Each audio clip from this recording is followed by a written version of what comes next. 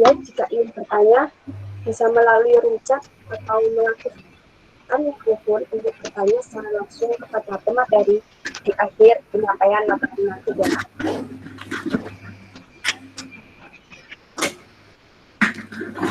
Oke, langsung saja kami permisi Bapak Aryo Nugroho untuk menonaktifkan mikrofonnya. Terima kasih. Langsung saja kami mulai. Assalamualaikum warahmatullahi wabarakatuh. Selamat malam rekan-rekan sekalian. Saya selaku moderator di sini mengucapkan selamat bergabung pada webinar yang diselenggarakan oleh tim Fakultas Ilmu Komputer Universitas Narutama Surabaya dengan topik kupas tuntas Internet of Things. Di mana nantinya di sini kita akan diperkenalkan tentang apa itu Internet of Things dan selebihnya. Nah, webinar ini terdiri dari dua topik dengan pemateri yang berbeda juga. Topik pertama yaitu pengenalan Internet of Things yang akan dibawakan oleh Bapak Slamet Minardi STNT. Kemudian topik kedua yaitu membuat kemasan produk Internet of Things dengan Tinkercad oleh saudara Muhammad Husnul Hakim. Tetapi sebelum masuk ke materi, akan ada sambutan dari Bapak Aryo Nugroho STSKMT selaku Dekan Fakultas Ilmu Komputer Universitas Narutama Surabaya, dan berkat beliaulah webinar ini dapat diselenggarakan dengan baik. Kepada Bapak Aryo Nugroho STSKMT, waktu dan sesi dipersilahkan. Terima kasih moderator. Selamat malam. Assalamualaikum warahmatullahi wabarakatuh. Waalaikumsalam warahmatullahi wabarakatuh. Suaranya jelas Pak? Jelas. Ya. Jadi terima kasih atas kehadiran semua yang sudah mengikuti acara di malam ini. Malam ini hari Minggu, hari libur, tapi masih banyak yang bersemangat untuk ikut belajar pada malam ini. Acara kali ini adalah salah satu seri dari beberapa acara yang kami selenggarakan.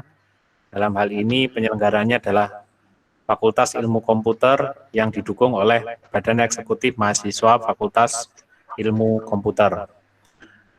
Acara ini akan terus berlangsung berkali-kali karena kami mempunyai berbagai topik yang menarik yang dapat diikuti oleh khalayak luas. Malam ini kita akan melakukan suatu acara yang bertopik kupas tuntas teknologi IoT atau Internet of Things, yaitu suatu teknologi yang saat ini akan menjadi pendukung dari yang dinamakan Industri 4. Kira-kira mungkin itu saja yang bisa saya sampaikan, dan jangan lupa yang barangkali masih SMA, SMK, dan ingin melanjutkan ke bangku perkuliahan untuk mempelajari lebih lanjut tentang teknologi IoT, bisa nanti mendaftar masuk sebagai mahasiswa di program studi Sistem Komputer Fakultas Ilmu Komputer Universitas Narutama. Selamat mengikuti acara dan terima kasih atas kehadirannya. Assalamualaikum warahmatullahi wabarakatuh. Waalaikumsalam warahmatullahi wabarakatuh. Terima kasih Bapak Aryo Nugroho atas sambutan yang diberikan. Baiklah, langsung saja kita memasuki materi. Topik pertama yaitu pengenalan Internet of Things oleh Bapak Slamet Minardi STMT. Waktu dan sesi dipersilahkan. Oke, Bapak Slamet.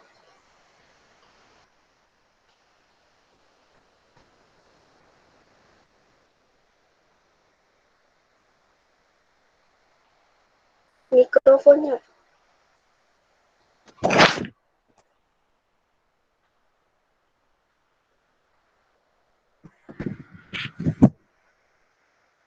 Oh, Bapak Slamet ya. Mikrofonnya Pak Slamet di unmute Pak. Sebentar, sabar.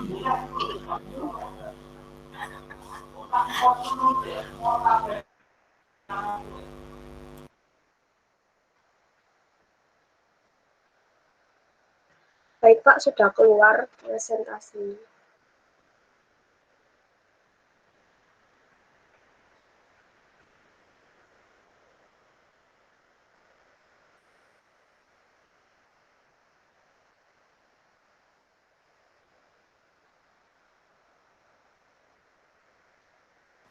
Suaranya nggak keluar Pak Selamat.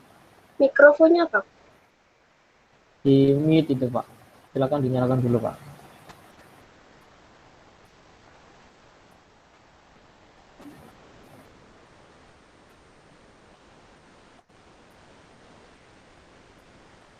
Mute-nya dinyalain dulu Pak. Mic-nya mati tuh Pak.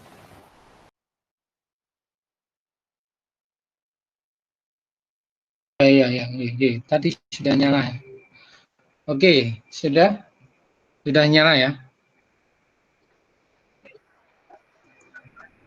Sudah, Pak. Halo.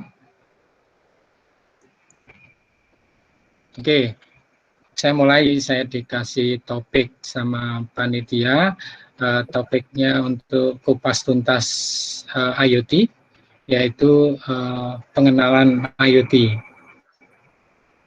Ya, ini acara ini diselenggarakan oleh Fakultas Ilmu Komputer yang didukung support penuh oleh BEM Ilmu Komputer, Fakultas Ilmu Komputer, ya, juga didukung oleh tim-tim dari IDIOT yang mensupport kegiatan IoT di kampus yang tergabung di IDIOT. Silakan mungkin kalau mau lihat di Facebook ataupun mungkin di websitenya IDIOT, ya, silakan bisa berkunjung ke sana. Juga didukung oleh IndoCenter, ya, sebagai penyedia perangkat web servernya IoT, atau kalau nanti peserta mau membuat server cloud-nya IoT bisa pesan di IndoCenter. Dan tidak lupa juga kelas, ya, kelompok Linux Arek Surabaya yang selalu mendukung acara-acaranya BEM Fakultas Ilmu Komputer. Ya. Oke, saya sebagai nama saya Slamet Minardi, dosen Sistem Komputer Universitas Narutama Surabaya, di mana di Fakultas Ilmu Komputer salah satunya Sistem Komputer yang dimana saya pegang, mungkin ada Sistem Informasi dan Informatika. Di Sistem Komputer itu kita mengembangkan kurikulum yang salah satunya itu adalah mengarah ke IoT, ya, Internet of Things, ya. Dan satunya lagi sebagai pilihan itu adalah game mobile. Jadi kalau teman-teman mungkin ada yang berminat untuk belajar IoT atau mungkin ingin mengembangkan talentanya di bidang game mobile, bisa kuliah di Universitas Narutama di program studi Sistem Komputer.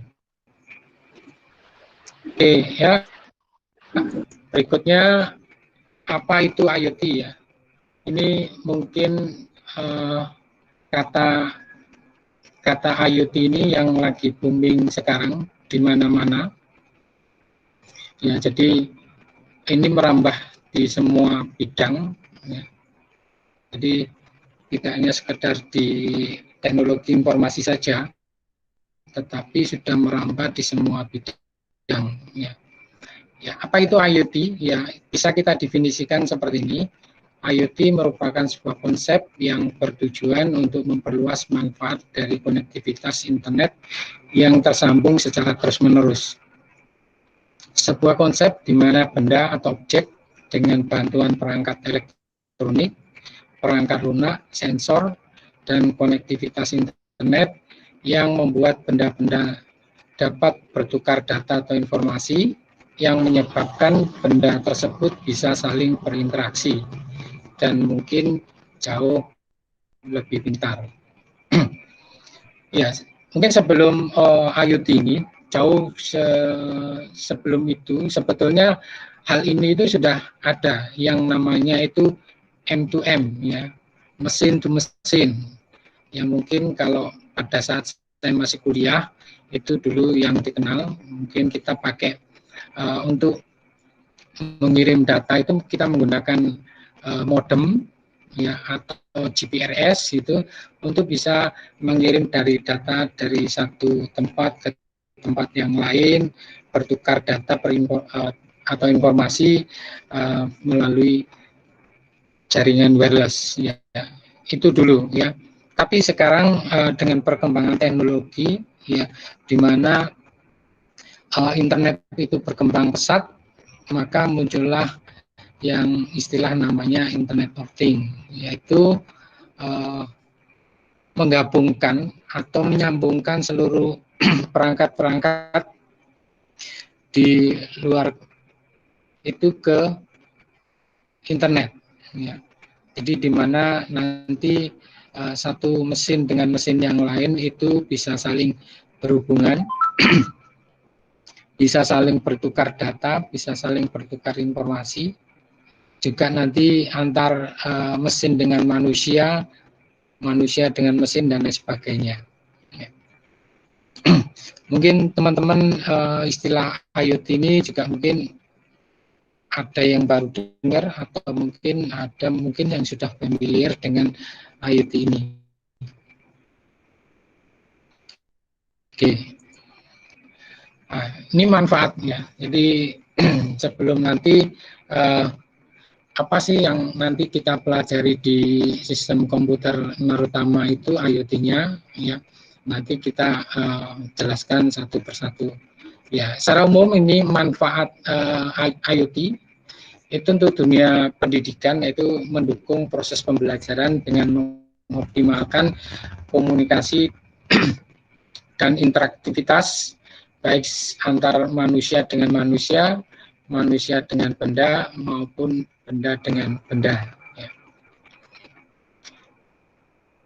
Ya, jadi mungkin seperti ini. Mungkin teman-teman itu sebetulnya saat ini itu menjadi agen IoT-nya Google gitu ya. Jadi teman-teman sudah bawa perangkat gadget gitu, kemana-mana selalu digunakan. Ya, salah satunya yang mungkin menjadi satu contoh gitu ya.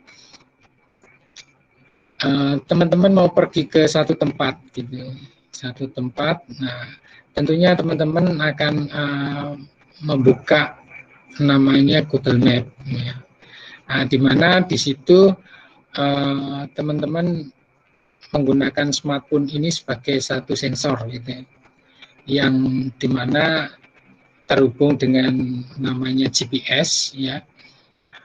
Nah, teman-teman itu sebetulnya di situ sudah berfungsi sebagai agennya Google untuk menginput data, gitu, mengkolek data, atau juga sebagai satu sensor, yaitu di mana lokasi Anda sekarang, kemudian tujuannya kemana, dan nanti melewati apa saja, dan lain sebagainya itu akan di-record oleh Google Map gitu ya. Itu salah satu. Nah, nanti Google Map itu akan mengkolek data ya, yang nanti data itu yang semakin besar akan dijadikan satu big data. Kemudian dianalisis ya, menjadilah satu keputusan-keputusan yang mungkin teman-teman bisa ngelihat kalau di Google Map itu ada nanti jalur utamanya warna biru, kemudian jalur alternatifnya itu warna abu-abu. Nah, itu adalah bagian dari AI-nya, jadi AI yang nanti juga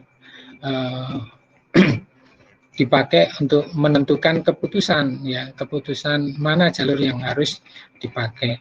Nah, itu salah satu mungkin teman-teman selama ini belum tahu kalau sebetulnya teman-teman itu sudah memanfaatkan IoT, gitu, Internet of Things, yaitu salah satu. Nah, kemudian kalau mendukung pembelajaran dan optimal, ya khususnya mungkin di masa pandemi yang seperti ini, ya kita memanfaatkan internet juga kan gitu ya. Kita bertukar informasi, kita bertukar ini melewati jaringan internet yang mungkin sebelumnya juga tidak terpikir seperti ini, ya.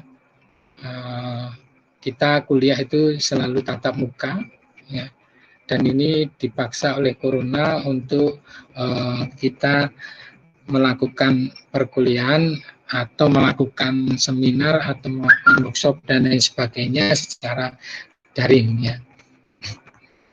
Nah, itu manfaat mungkin juga salah satu yang bisa dipakai di dunia pendidikan, ya, untuk pembelajaran secara online. Oke, yang kalau di dunia industri, ya, ini untuk efisiensi produksi, mengurangi atau menurunkan failure rates. Ya. Ya, mungkin Anda tahu kalau satu pekerjaan itu dilakukan oleh seorang manusia operator, gitu, dan terus-menerus bekerja 8 jam, ya, manusia itu diberi waktu bekerja 8 jam. Nah, itu pun masih mungkin banyak kesalahan dan lain sebagainya, gitu, ya. Apalagi kalau disuruh bekerja selama 24 jam, ya, tentunya akan mungkin mengalami kejenuhan, mungkin mengalami kesalahan-kesalahan yang banyak dan lain sebagainya, ya. Sehingga dengan teknologi IoT ini nanti bisa menurunkan kesalahan dan lain sebagainya. Kemudian di dunia yang lain juga, gitu, ya, IoT dapat meningkatkan manajemen, meningkatkan kenyamanan pengendara, dan tentunya meningkatkan keselamatan dalam berkendara, itu di dunia transportasi. Yang mungkin yang selama ini saya tekuni, ya, IoT yang sudah kira-kira 5 tahun yang lalu, ya, 2015 saat pertama kali saya mengenal IoT, ya. Saya mulai menekuni di bidang IoT tersebut, ya. Kemudian saya melakukan penelitiannya IoT bidang transportasi, ya, yang mungkin sampai sekarang juga masih saya tekuni untuk mengembangkan device-device tentang IoT, termasuk juga bimbingan-bimbingan saya juga mengarahnya ke transportasi, tapi di akhir-akhir ini tentunya tidak hanya di bidang transportasi yang bisa kita kerjakan, kita mengerjakan IoT di berbagai bidang, ya.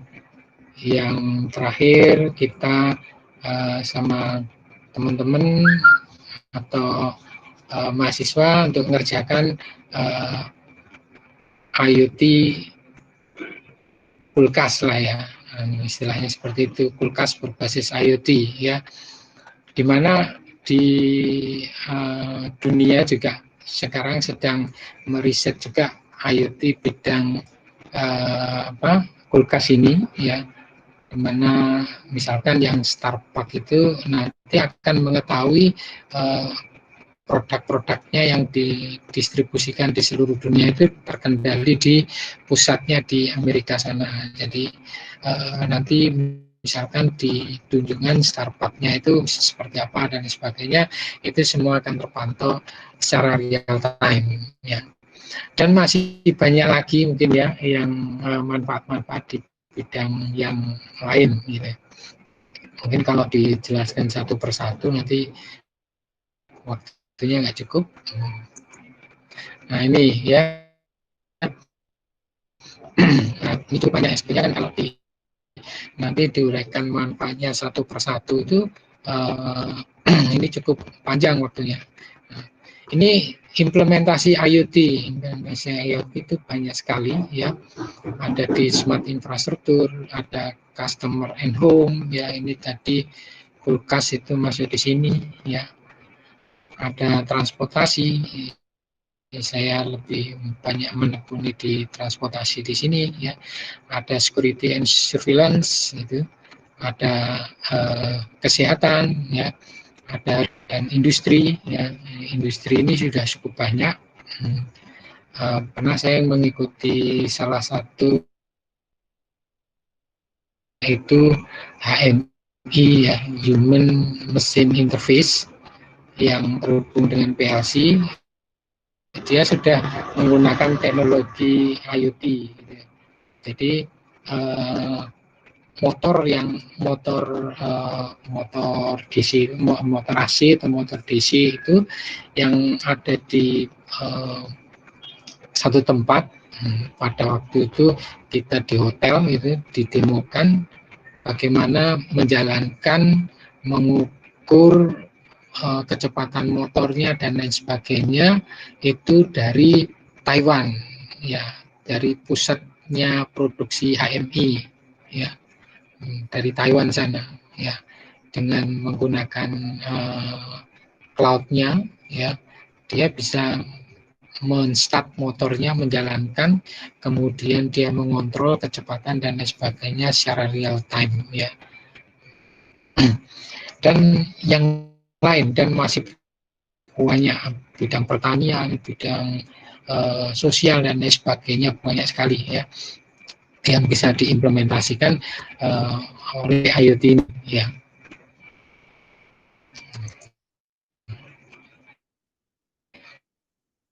Oke ya, untuk mengawali IoT ya, apa yang harus dipersiapkan gitu ya. Ya, untuk mengawali IoT ini kita tentukan karakteristik IoT yang akan kita gunakan gitu. Jadi terdiri dari 3 nih ya, sensing, processing, dan actuation ya. Jadi kita mau membuat IoT apa gitu ya. Contoh misalkan tadi saya itu bidangnya transportasi gitu. Ya, sensingnya seperti apa gitu. Nah, sensor-sensornya yang dipakai apa. Nah, pada waktu itu saya membuat bagaimana mengenali plat nomor kendaraan ya. Yang mungkin kalau banyak orang itu dengan image processing ya, dengan kamera itu sudah banyak dilakukan ya. Kendalanya yaitu kameranya harus berresolusi tinggi ya. Nah, kalau nanti beresolusi tinggi tentunya akan menghasilkan file output dari sensor ini yang cukup besar gitu. Nah, sehingga nanti untuk bisa diproses, apalagi kalau itu diletakkan di jalan-jalan raya itu ya, maka proses transfer datanya juga cukup berat atau butuh bandwidth yang cukup besar untuk bisa lancar gitu. Ya, kemudian nanti butuh prosesor yang cukup besar untuk mengolah di servernya dan sebagainya ya. Kemudian actuation aktuatornya ya, nanti untuk menggerakkan, mengirimkan kembali perintahnya ke objek yang dikendalikan, itu juga memerlukan kecepatan, memerlukan bandwidth yang cukup besar ya. Nah, sehingga nanti dalam proses pembuatan IoT ini ya, tentunya Anda akan menentukan karakteristik sensor apa yang mau digunakan ya. Tadi kalau mengenali plat nomor itu saya menggunakan data kendaraan yang sudah tersimpan di dalam sebuah chip yang selalu dipancarkan gitu ya, yang selalu dipancarkan oleh chip itu ke luar lewat sinyal WiFi gitu. Oke, kemudian processing ya, proses yang mau digunakan apa. Jadi nanti kontrol atau istilahnya processing itu adalah microcontrollernya. Microcontrollernya mau pakai apa ya.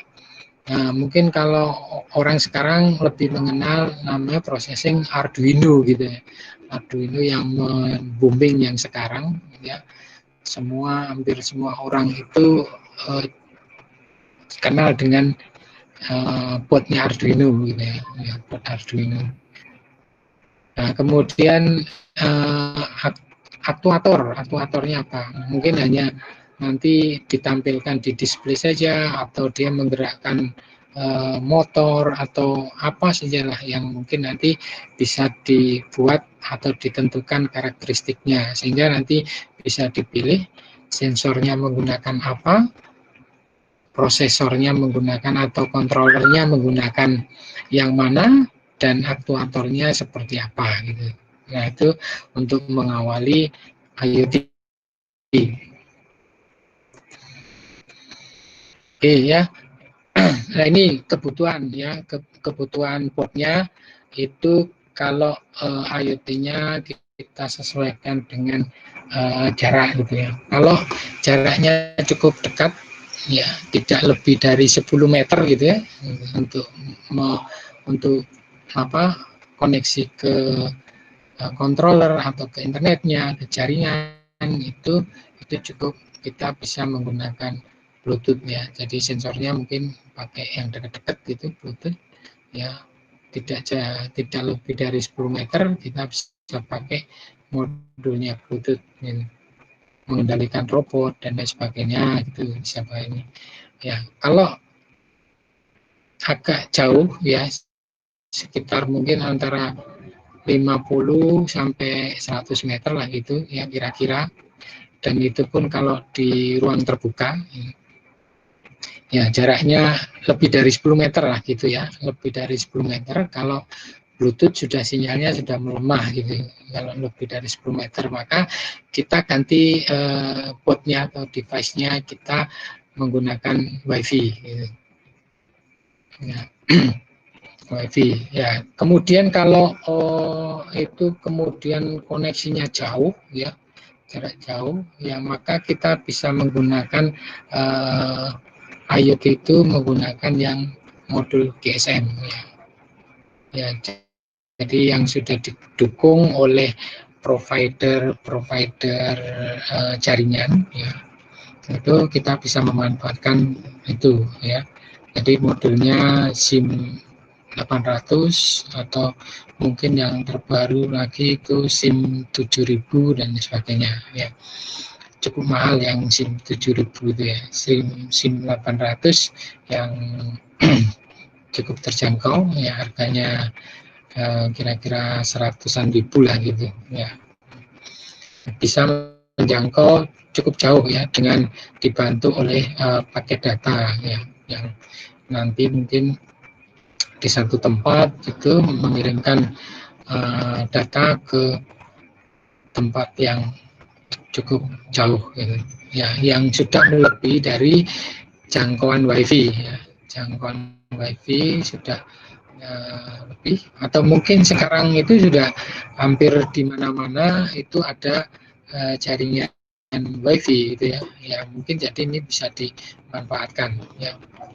Ya mungkin next ke depan bangsa Indonesia mungkin bisa dimanfaatkan ya, memanfaatkan semua jaringan WiFi itu yang di mana-mana ya, sehingga orang itu bisa mengakses atau memanfaatkan IoT ini dengan mudah ya.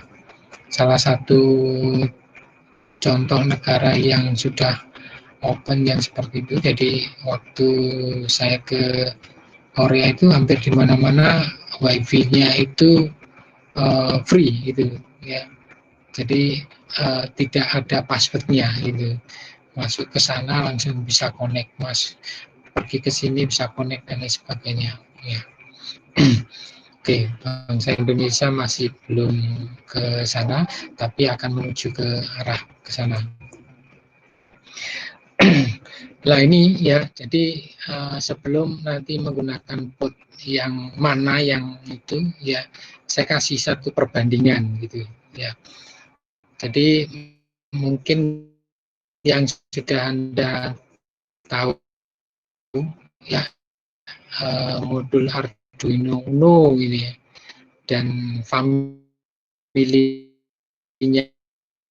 Arduino Uno, Arduino Nano, Arduino Mega dan lain sebagainya. Kalau kebutuhan I/O cukup besar itu pakai Mega dan lain sebagainya. Ya, kemudian ada ESP8266 ya, Dan sekarang yang terbaru itu ada ESP32. Ya, beberapa tahun yang lalu ya, waktu kita mengenal Arduino atau belum, ini Arduino sudah 2013 itu Arduino sudah gitu ya. Next kemudian ya ESP itu singkatan dari ekspresif ya, sebuah perusahaan di Shenzhen Cina itu mengembangkan port WiFi ya. Nanti bisa kita lihat next berikutnya, yaitu nanti dari keluarga ini ESP 8266 maupun ESP 32 ya. Nah, apa ini WiFi ya? WiFi-nya no ya. Ya, jadi tidak ini nanti didukung oleh bot-bot yang dikembangkan oleh ekspresif ya, ESP.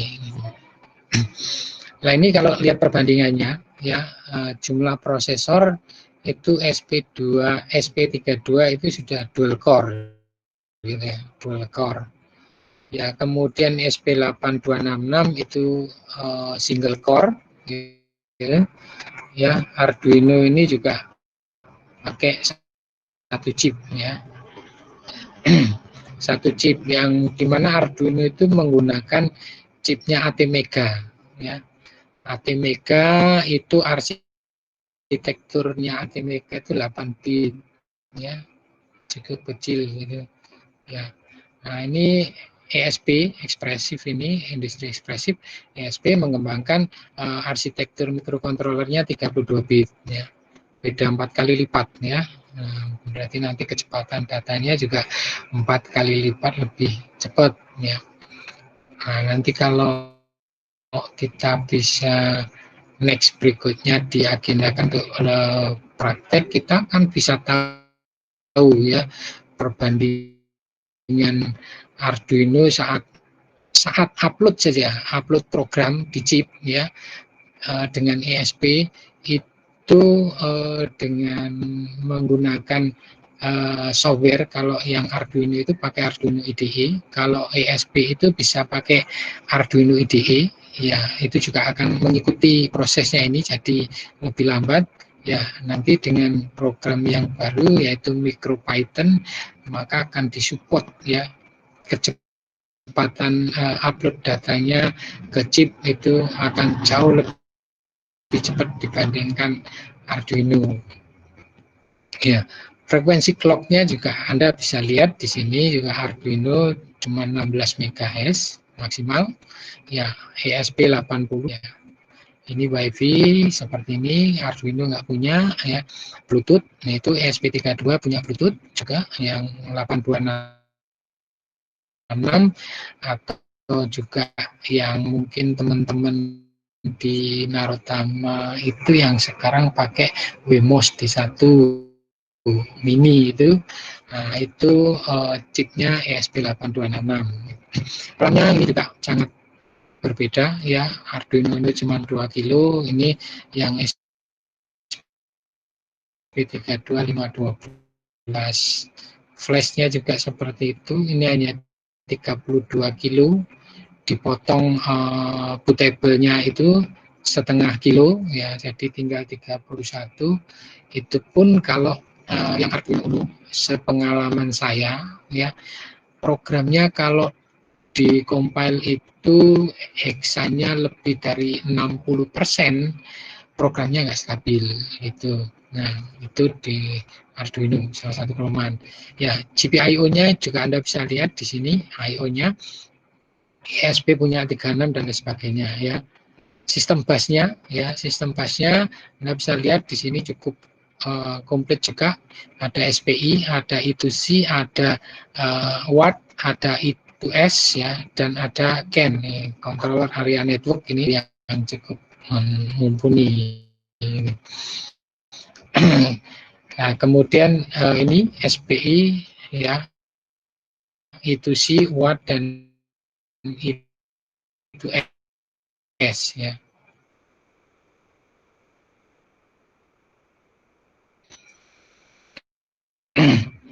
Ya, kemudian kalau ini hanya mendukung ini aja, ya, tidak ada seperti. Oke, ADC-nya kalau ESP itu 18 ya, 18 bit, 18 dengan besar ADC-nya itu 12 bit. Jadi ada 18. Jadi kalau Anda butuh sensor-sensor analog itu ada 18 yang bisa terhubung. Kalau ESP 8266 itu juga ada satu dan arsitekturnya itu 10 bit ya. Itu SP8266 yang dipakai teman-teman WMOS itu juga satu karena pakai SP8266 ya. Arduino Uno ada 6 ya, A0 sampai A5 itu arsitekturnya 10 bit. DAC-nya ini kalau ini punya 2, yang lain nggak punya DAC ya. DAC ya, kemudian PWM ya itu punya 16, ini 16 dan ini cuma ada 6 ya, Arduino Uno ya. Nah, ini spek yang mungkin bisa digunakan untuk pemilihan saya mau menggunakan port yang mana gitu, Arduino Uno atau ESP atau SP8266 atau SP32 ya. Ini Arduino Uno tidak ada WiFi ya, bagaimana nanti kalau saya mau menggunakan Arduino Uno kemudian mau koneksi ke internet ya. Nah, ini pakai boardnya IoT ya, keluarga ISP. Dulu ya, waktu pertama kali saya mengenal Arduino saja, saya mau koneksi ke WiFi harus membeli ini ya, modul ISP ya, mulai ini ya, yang waktu itu ESP-nya belum menjadi board ya, itu yang betulnya yang ini ada. Kalau teman-teman cari di internet, di toko online, ESP1 sampai ini tuh ada semua gitu ya, dijual gitu ya. Nah, dulu pertama kali kalau Arduino Uno pakai ESP1 itu komses mau kirim message dan lain sebagainya itu menggunakan AT-Command ya, AT-Command. Tentunya teman-teman kalau menggunakan ini ya, AT-Command mungkin harus belajar lagi bahasa AT-Command ya. Nah, mungkin cukup butuh waktu lagi untuk mempelajari itu ya. Nah, dari keluarga-keluarga ini populer saat ini ya, ESP12 itu dikembangkan oleh Espressif tadi, oleh Cina di Shenzhen, di kotanya di Shenzhen, yaitu dikembangkan menjadi sebuah board ya, board ada WMOS ya, ada ESP8266, ada ESP32 gitu ya. Nah, ini ESP12 dikembangkan lagi pakai ESP12E dan ESP12F gitu ya. Nah, ini yang dikembangkan di modul-modul yang mungkin sekarang teman-teman mungkin memakai ya, atau menggunakan. Nah, next kemudian ini ya, nah ini buat IoT yang ada di pasaran ya, mungkin tidak hanya yang saya tampilkan ini cukup banyak ya sebetulnya yang mau digunakan untuk bermain IoT ya, Internet of Things ya. Mungkin teman-teman di Narotama yang sekarang itu lebih banyak menggunakan ini WMOS D1 mini ya. Ini harganya cukup terjangkau ya, cukup murah itu ya, sehingga kita menggunakan ini ramah di kantong mahasiswa gitu ya. Jadi memanfaatkan WMOS ini untuk kebutuhan IoT ya. Ya, teman-teman bisa memakai yang lain gitu ya, bisa nanti pakai ESP8266 ini ya, atau ESP32 ya, sesuai dengan kebutuhan ya, atau bahkan kalau mungkin punya cukup dana dan lain sebagainya, teman-teman bisa pakai Raspberry ya, Raspberry atau pakai microbit gitu ya. Microbit ini kalau di luar negeri yang paling booming ini microbit gitu ya. Anak-anak SD pun sudah diajari IoT menggunakan microbit ini ya. Ya, di Indonesia masih IoT untuk anak-anak di bawah SMK itu masih belum populer gitu ya. Kalau di luar negeri ini anak-anak SD itu sudah diajari main IoT menggunakan mikrobit ya.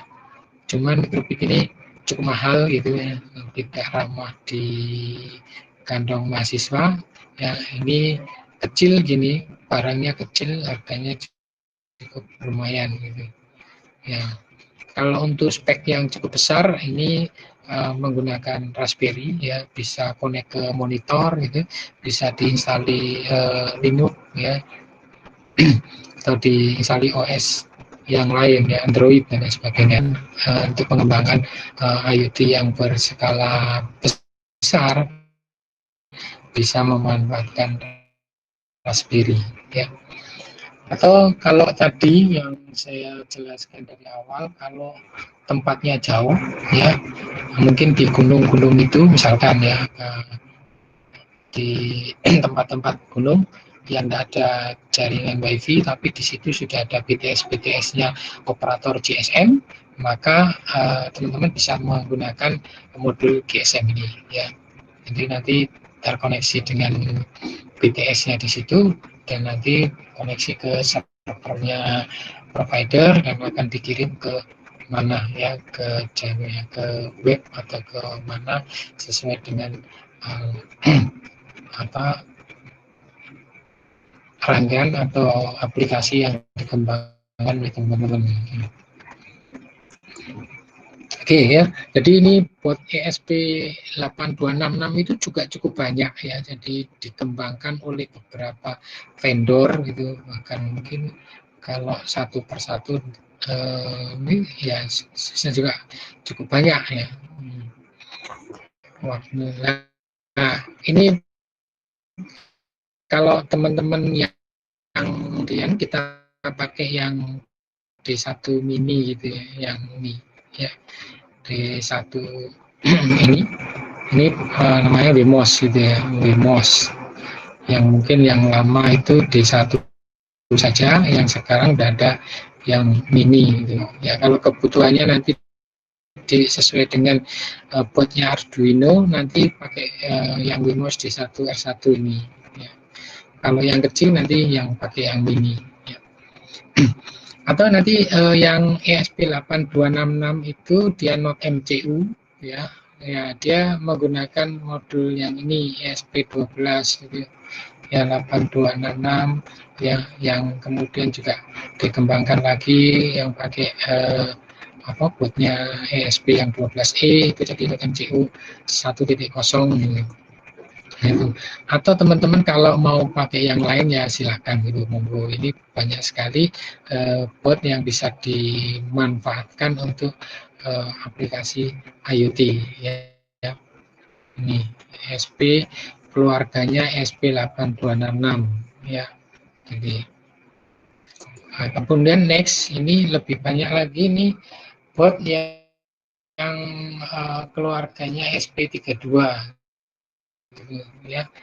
Botnya ESP32 ini cukup banyak yang bisa digunakan oleh teman-teman yang dikenali oleh softwarenya Arduino gitu ya. Kalau teman-teman sudah familiar dengan ID-nya Arduino, maka nanti bisa memilih boardnya ini ESP32 cukup banyak ya.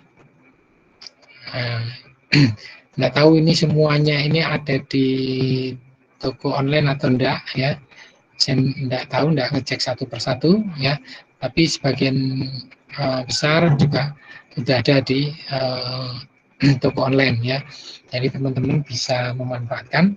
Kalau saya ini lebih nanti menggunakan ini ya, yang saya kembangkan nanti dengan MicroPython yang ada, ya, itu saya menggunakan ESP32 development module ini, dev module ini, ya. Oke, ya, ini cukup banyak, tidak bisa saya jelaskan satu-satu. Ini yang nanti kita kembangkan. Oke, ya. Iya Pak, selamat, mohon maaf. Jadi nanti kebutuhan softwarenya, ya, mungkin ini Arduino, ya, buatnya terbatas, ya, satu list terbatas. Ya, ini Pak. kenapa? Ya, software, ya, sebentar lagi Mbak, kurang skip ya, dikit lagi. Oh, ya, ya Pak. Hah? Oh, gini, ya wis, sebentar lagi. Ya. Arduino ini buatnya terbatas, ya, hanya bisa softwarenya. Oke, sebentar lagi, ini kurang beberapa slide aja, 2 atau 3 slide lagi. Oke, Arduino ini buatnya terbatas, hanya bisa mengenali chip-chip yang didesain oleh keluarganya Arduino gitu ya. Nah, kemudian software untuk IoT next, kemudian yaitu MicroPython, ya, ini buatnya lebih banyak, ya, selain bisa menghandle keluarganya Arduino, ya, MicroPython bisa menghandle buatnya untuk yang lain, ya, tadi Microbit, ya, kemudian nanti ada STM32 dan lain sebagainya, ya. Nanti juga IoT kita mempelajari protokolnya internet HTTP, yaitu nanti ini sama MQTT, ya. Kemudian datanya itu kita bisa pakai raw data, data mentah, atau JSON atau database. Gitu. Nah, ini banyak kita menggunakan post dan get, gitu. Ya, post dan get, teman-teman bisa belajar post dan get datanya seperti apa itu menggunakan layanan website yang ada, yaitu postmaneco.com, ya, postmaneco.com, yaitu teman-teman bisa memanfaatkan untuk belajar post dan get, mendapatkan datanya, raw data seperti apa dan JSON-nya seperti apa gitu. Nah, nanti juga protokol MQTT, ya, ini pakai broker gitu ya, broker broker servernya, ya. Nanti teman-teman tinggal membuat topik-topiknya, nanti bisa diakses oleh klien-klien gini, ya.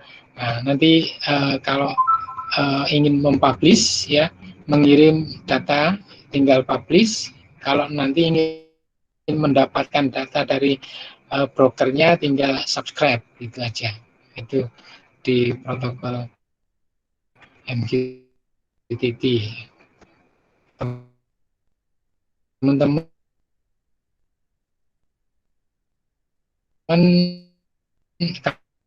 kalau teman-teman di utama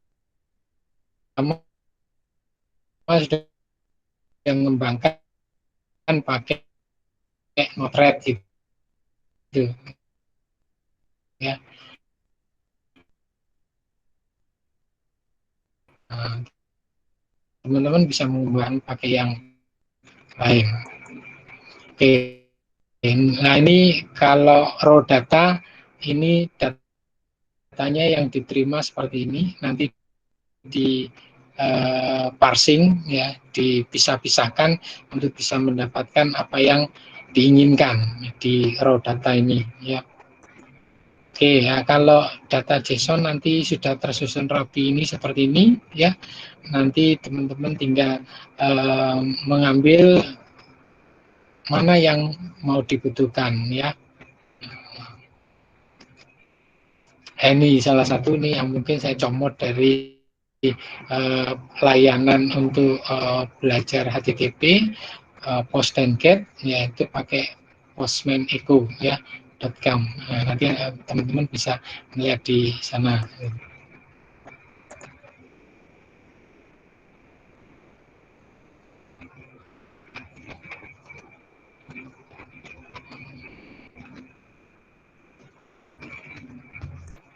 Halo?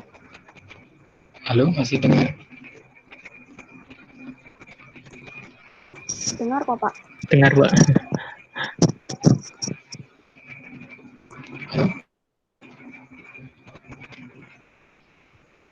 Halo? Sudah dengar kok, Pak. Sudah dengar.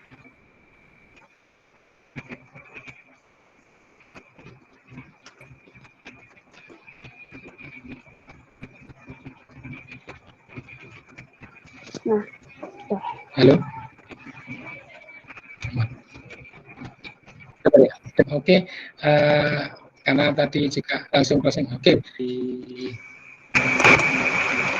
di Tokopedia, di Narutama itu pakai Wemos ya. Cuman kalau di temennya cukup banyak.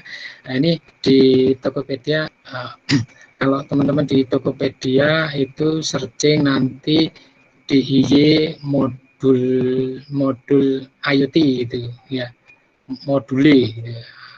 DIY module IoT nanti akan muncul beberapa. Nah, ini salah satunya mungkin yang saya gunakan mungkin agak cukup lumayan. Jadi seperti teman-teman Narutama biasanya menggunakan DHT 11 ya. Kemudian ada ultrasonik ya. Nah, ini kemudian ada potensius pada ADC, kemudian ada apa? Push button untuk input ya. Kemudian ada LED ya. Ditambah lagi di sini ada OLED gitu ya, untuk mendisplaykan langsung data-data di IoT ya. Ini yang Wemos gitu. Atau yang ini saya juga di situ juga ada, ini yang ESP32 gitu. Hampir mirip gitu ya. Ini seperti itu ya. Baik, itu yang mungkin bisa saya sampaikan. Kurang lebihnya saya mohon maaf. Terima kasih kepada panitia. Selamat malam.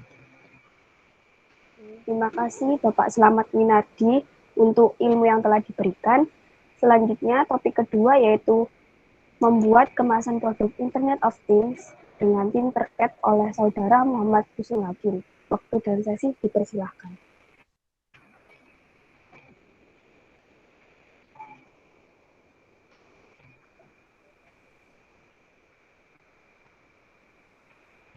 Hakim.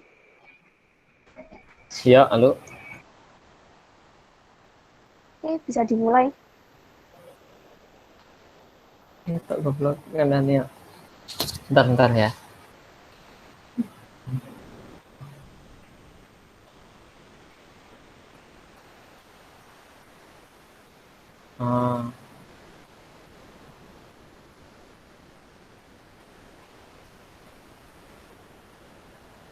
Udah keluar presentasi saya.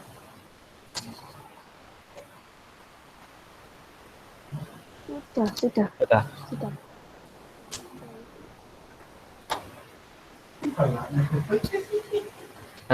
Assalamualaikum warahmatullahi wabarakatuh. Perkenalkan, nama saya Muhammad Husnul Hakim. Di sini saya akan mencoba untuk menjelaskan tentang desain 3D printer menggunakan Tinkercad untuk packaging sebuah hardware IoT yang sudah kita buat. Ini tentang saya. Saya Muhammad Husnul Hakim, mahasiswa Fasilkom Universitas Narutama. Di sini saya prodi sistem komputer. Nah, ini teman-teman peserta semua ada yang tahu tentang 3D printer nggak? Nah, sini saya akan menjelaskan 3D printer. 3D printer itu apa sih? 3D printer itu adalah sebuah manufaktur aditif. Jadi kayak proses pembuatan benda pada 3 dimensi, filenya itu seperti digital. Kalau printer 3D yaitu sebuah alatnya seperti mesin cetaknya untuk benda 3 dimensi dengan tinta khusus. Tintanya itu seperti kayak lilin nanti hasilnya. Ini ada apa sih? Ada apa aja sih desain 3D printer ini? Yang pertama itu Tinkercad nanti yang saya buat. Terus ada Cura, ada Sculptris, ada SketchUp, ada Maximisher, 3D Slash, sama FreeCAD. Di sini ada semua, ada perbedaannya semua. Untuk Tinkercad ini yang paling dasar, untuk paling menurut saya sendiri paling mudah. Yang sudah saya jelaskan tadi. Untuk Cura, itu Cura untuk aplikasi model 3 dimensi sama. Cura ini tidak sama seperti Tinkercad.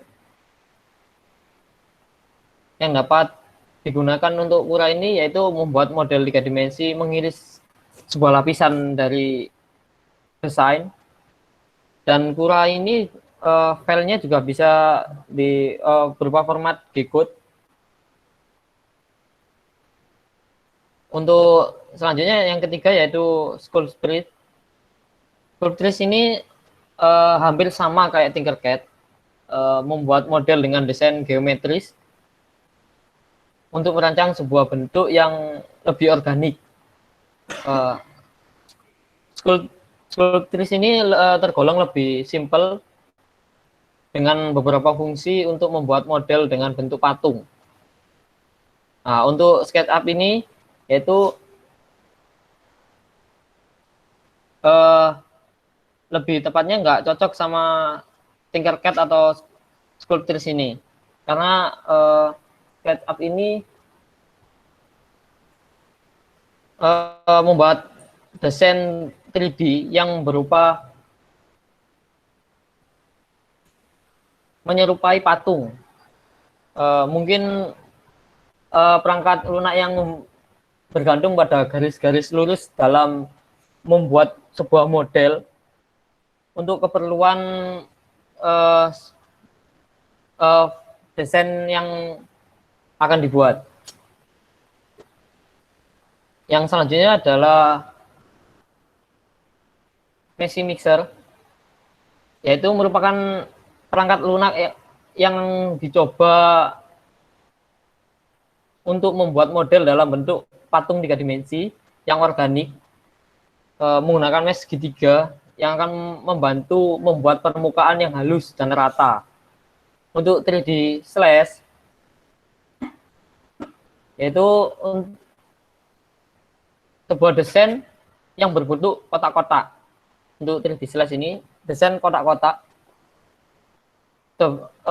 menggunakan model 3 dimensi, membuat perubahan pada model dengan menggunakan beragam tools.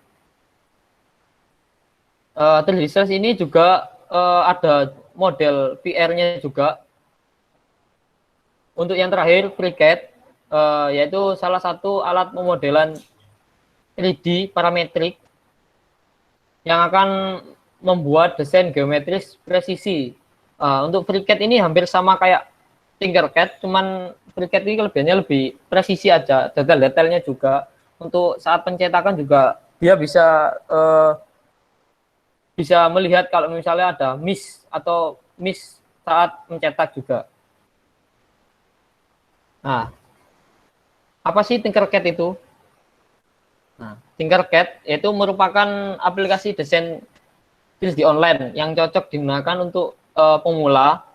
Aplikasi ini menggunakan konsep blok, menggunakan sederhana yang pada dasarnya memberi akses pada Anda untuk membuat desain dengan bentuk geometris dasar. Jadi untuk bagi pemula itu membuat sebuah desain awal dan juga ringan, saya sarankan untuk menggunakan Tinkercad, karena untuk softwarenya juga dia online tanpa harus menginstal softwarenya di komputer masing-masing.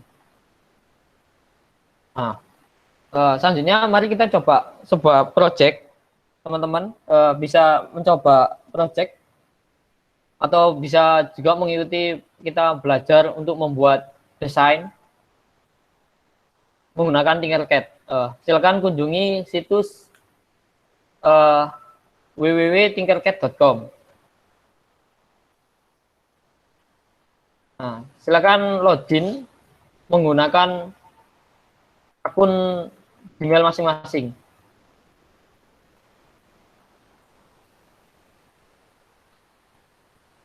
Jadi ini saya akan mempraktekkan sebuah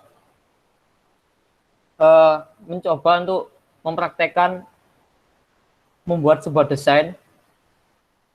Teman-teman bisa membuka Tinkercad masing-masing. Ini bentar.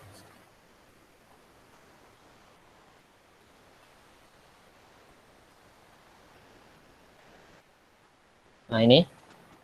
Teman-teman, ini adalah sebuah model atau Word dari Tinkercad. Teman-teman bisa mencoba. Silakan kalau mau desain bareng-bareng. Ya, silakan buka aplikasi Tinkercad.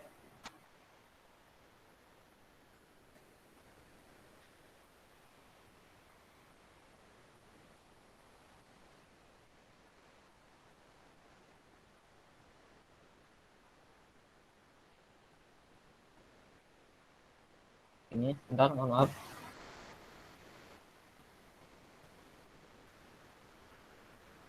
Silakan klik sign in untuk login ke Tinkercad menggunakan akun Google, daftarnya menggunakan akun Google saja. Kalau memang belum mendapatkan user Autodesk dari Tinkercad, silakan untuk membuat project baru.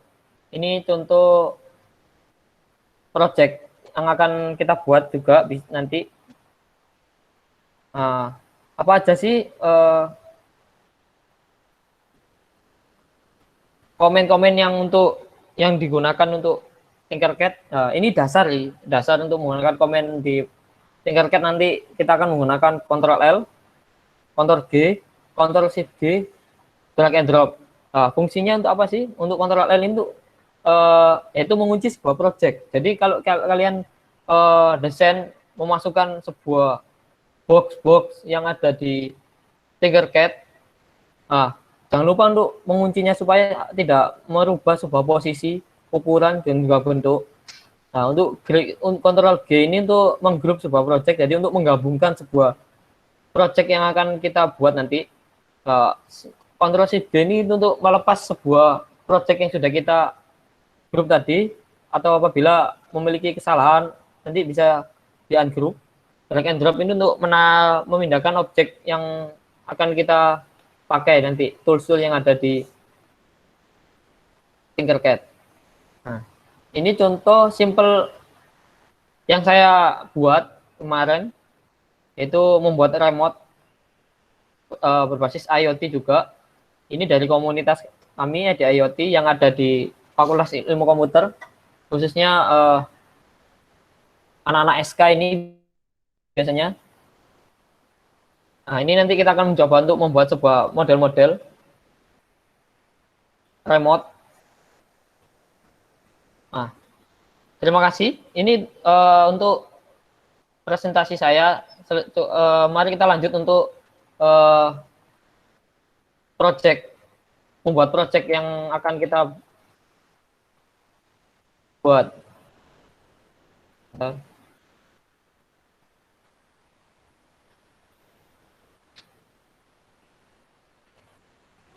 Teman-teman bisa buka Tinkercad, kunjungi situs tinkercad.com. Nah, silakan untuk teman-teman login dan juga mendaftar menggunakan akun Gmail masing-masing. Nah, kebetulan tadi sebelumnya kan ada materi tentang IoT yang sudah dibuat sama Bapak Slamet. Nah, jadi kan masih belum ada packaging-nya. Nah, dulu kan sebelum ada 3D printer juga kan buatnya masih manual. Kita buat masih manual menggunakan akrilik. Kan itu masih susah juga untuk motong-motong, buang-buang tenaga. Nah, sekarang kan sudah dipermudah untuk menggunakan aplikasi Tinkercad, yaitu untuk membuat sebuah desain packaging yang alat yang sudah kita buat. Nanti kita tinggal menyesuaikan saja bentuknya enaknya gimana. Nah, ini saya akan coba untuk buat sebuah desain yang sekilas tadi saya melihat project dari Bapak Slamet yang tadi. Nah, jadi sekilas setelah dibuat sebuah project, teman-teman bisa membuat packaging menggunakan Tinkercad. Ini tadi saya akan mencoba untuk mendesain alat yang sudah didesain yang tadi yang sudah ditunjukkan sama Pak Slamet. Yang tadi ada board, ada tempat ISP 32 dan juga ada sensor ultrasonik. Nah, nanti teman-teman kan biasanya kalau udah membuat sebuah project kan kesulitan untuk packaging yang lebih bagus gimana dan juga tidak membuang tenaga. Nah, teman-teman bisa coba untuk desain di sini. Nah, pertama kita menggunakan box. Nah, terus sesuaikan dengan ukuran yang ada pada project kalian. Jadi kayak board yang tadi, board ukurannya berapa? Kalau misalnya board ukurannya berapa senti, tapi untuk Tinkercad ini ukurannya menggunakan mili ya teman-teman. Ingat, Tinkercad menggunakan ukuran mili. Jadi untuk pertama box, terus gimana sih Mas? Box ini kalau misalnya alatnya bisa dimasukkan, nah ini kan sebagai tahapan permukaan, sekilas kan masih belum kayak masih kotak gini. Nah, jadi teman-teman ambil box yang ini, yang hole ini, nah tinggal dimasukin, digabungin.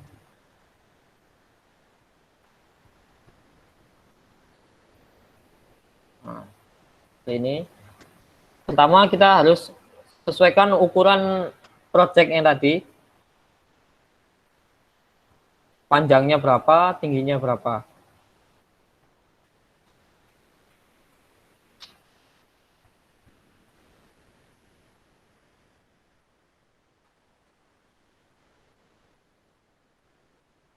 Nah, ini kita akan mencoba untuk membuat dasarannya saja. Ingat, kita harus cek permukaannya terlebih dahulu agar saat kita gabungin tadi menggunakan komen Ctrl G, nah, supaya tidak berlubang di bawahnya. Kalau misalnya terlalu berlebihan seperti ini permukaan,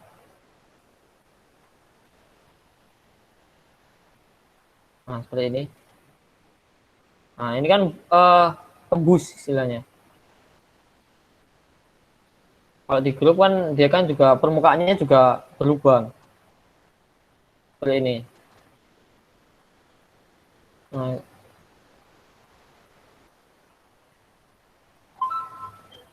jadi agak naik supaya tidak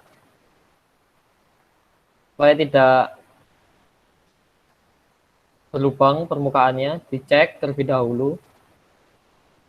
Nah, sini kan terlihat antara permukaan. Ya sudah, teman-teman tinggal menggunakan komen Ctrl G untuk menggrup, atau di sini juga ada keterangan untuk menggabungkan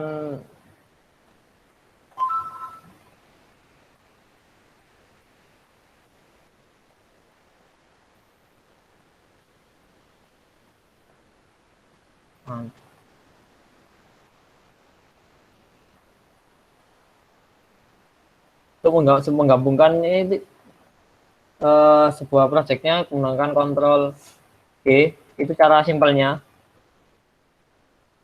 untuk menggabungkan. Nah, sini.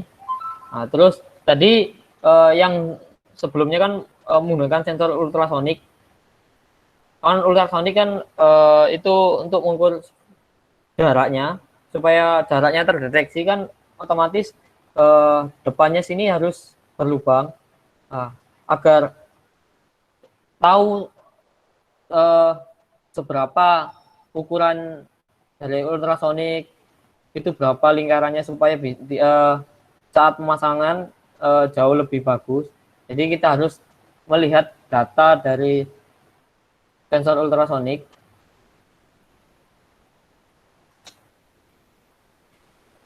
Jadi kita cek dulu ukuran dari sensor ultrasonik. Sini.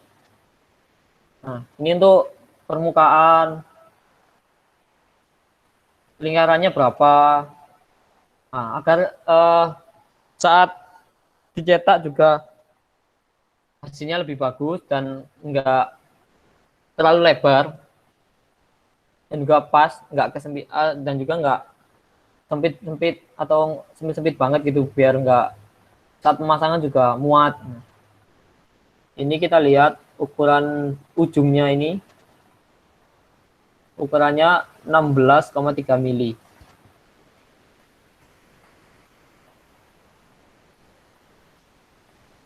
Jadi kita gunakan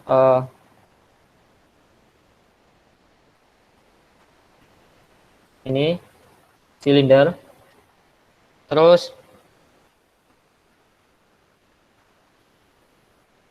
kita putar permukaannya biar dia masuk ke bagian sini, bagian depan.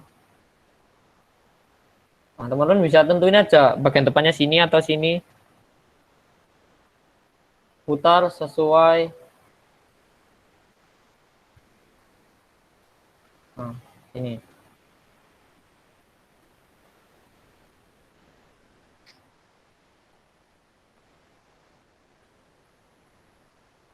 Nah, setelah itu kita sudah lihat ukuran ultrasonik berapa. Ini 16,3 mili. Jadi teman, biar sesuai dengan saat percetakan juga sesuai dengan ukuran dari sebuah sensor.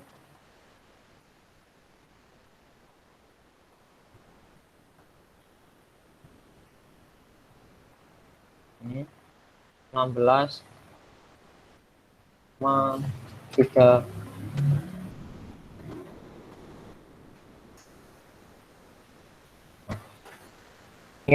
Jadi di sini teman-teman perlu diingat satuan yang ada di Tinkercad itu ukurannya mili, bukan senti. Jadi saat cetak juga enggak besar.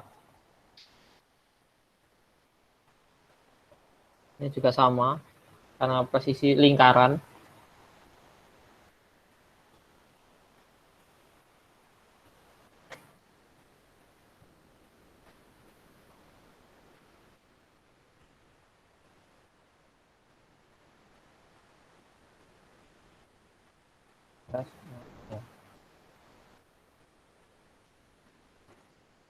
Ya, sudah sesuai ukuran dari sensor ultrasonik lingkarannya, teman-teman bisa memasukkan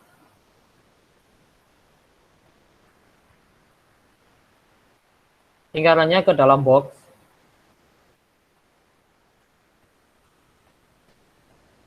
Ini. Nah, pastikan permukaan ini tidak tembus seperti ini. Mengapa? Karena saat tembus seperti ini, saat digabungkan pasti dia akan berlubang. Jadi teman-teman ininya bisa agak naikkan. Ini ingat, jangan terpaku pada ukuran, kelihatan besar pada gambar. Apabila terlihat besar, maka ukurannya juga besar. Satuan di Tinkercad sini menggunakan satuan mili.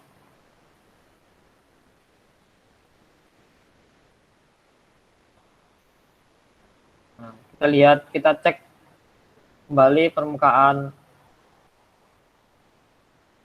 dasarnya. Jadi kita naikkan.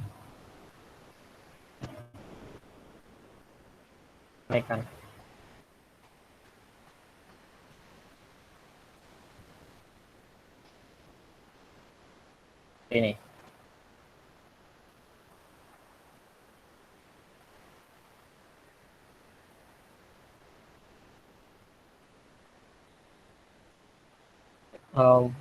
Karena tadi saya masih belum tahu ukuran dari sebuah alat yang tadi sudah dipresentasikan. Nah, jadi kita agak lebarin. Kita akan sesuaikan dengan ukuran sensor ultrasonik. Tapi kita akan tambahi di sebelah sisi kanan sama kirinya nanti lebih lebar buat board yang sudah ada, kayak tambahan ESP dan juga tadi ada monitor.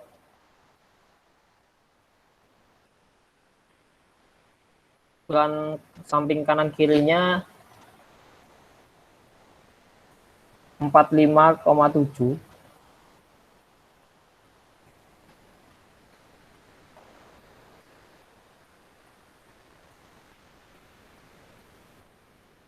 Ini karena ukuran ultrasonik sisi kanan sama kiri 45,7, karena di ultrasoniknya di depan. Nanti kita akan sedikit lebarin. Kita kasih ukuran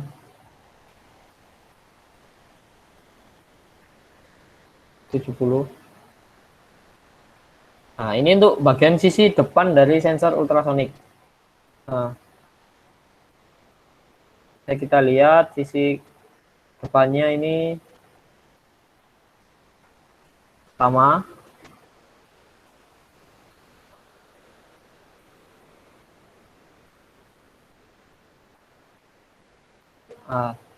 Agar bagaimana sih biar nggak buat lagi sebuah silinder, teman-teman bisa menduplikat dari silinder yang sudah dibuat. Tinggal Ctrl D, dia otomatis sudah tercopy, posisinya juga sama. Tinggal teman-teman tinggal geser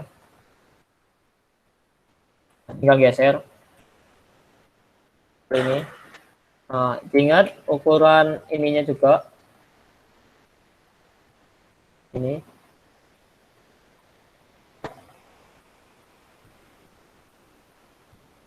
Ukurannya 2,5 mili kali 1, 2, 3.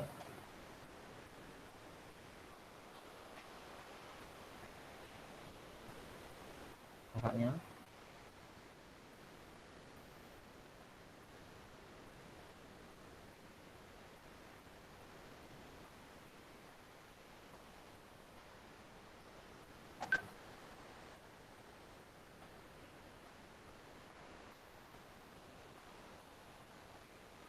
Sudah.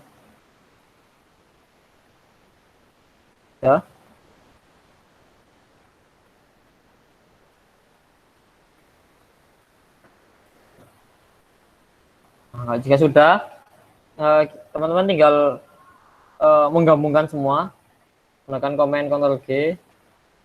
Ini dia hitam dan menghilang. Dilihat apabila di sini kan teman-teman jika kelebihan seperti ini, teman-teman bisa mengembalikan terlebih dahulu atau melepas sebuah objek yang tadi, silindernya yang tadi yang sudah di grup. Tinggal menggunakan Command Ctrl Shift G. Dia akan muncul kembali. Teman-teman bisa agak sedikit dinaikkan.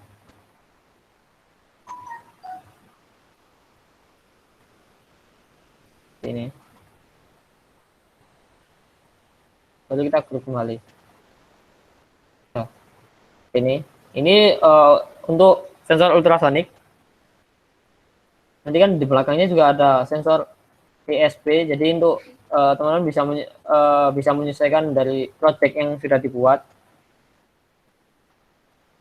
Ini untuk cara simpel membuat sebuah wadah atau packaging dari sebuah microcontrolling atau project yang sudah dibuat.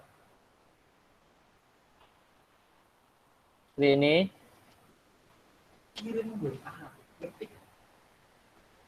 Ya. Nah, jika sudah, ininya bisa membuat sisi belakangnya agar lebih panjang lagi.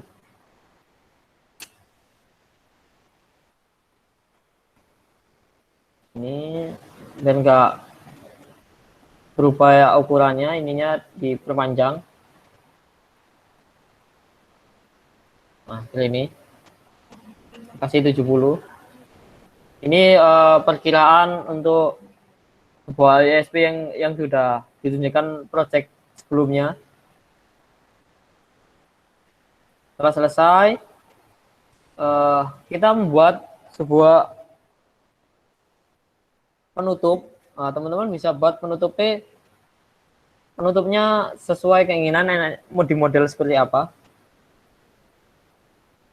Supaya bisa membedakan sisi atas sama bawah, kita menggunakan round roof ini.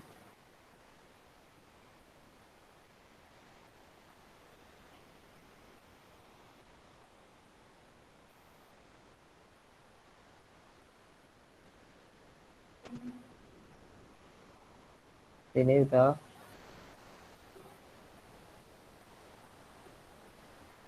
Agar sebuah objek di sini biar nggak berubah, teman-teman tinggal setelah membuat project, kita kunci menggunakan komen Ctrl L.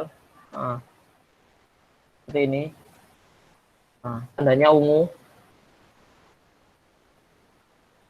Kalau sudah dikunci sebenarnya dia tidak bisa dirubah maupun dilepas grupnya ini.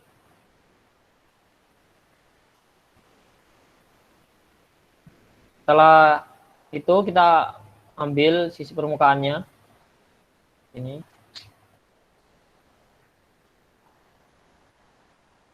Kita sesuaikan.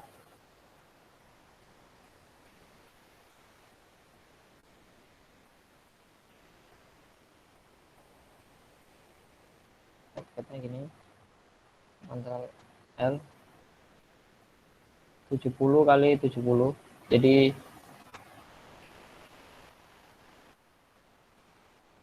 ininya kita ukur 70 kali 10 biar pas.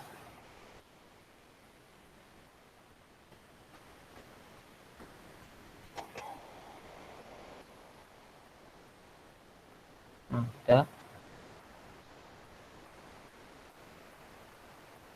Bisa kita lihat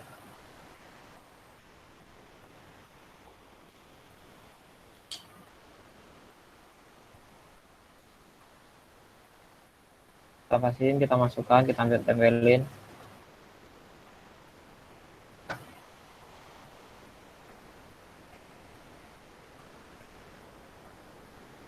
Ini.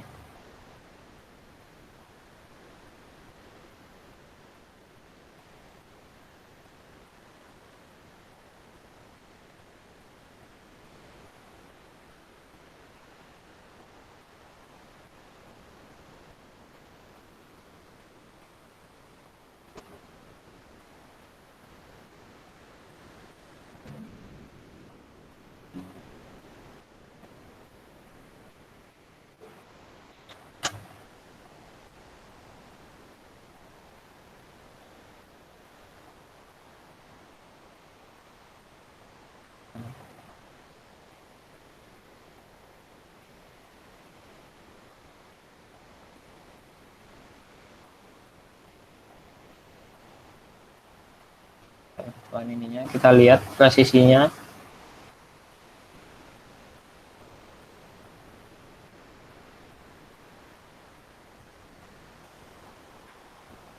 Ini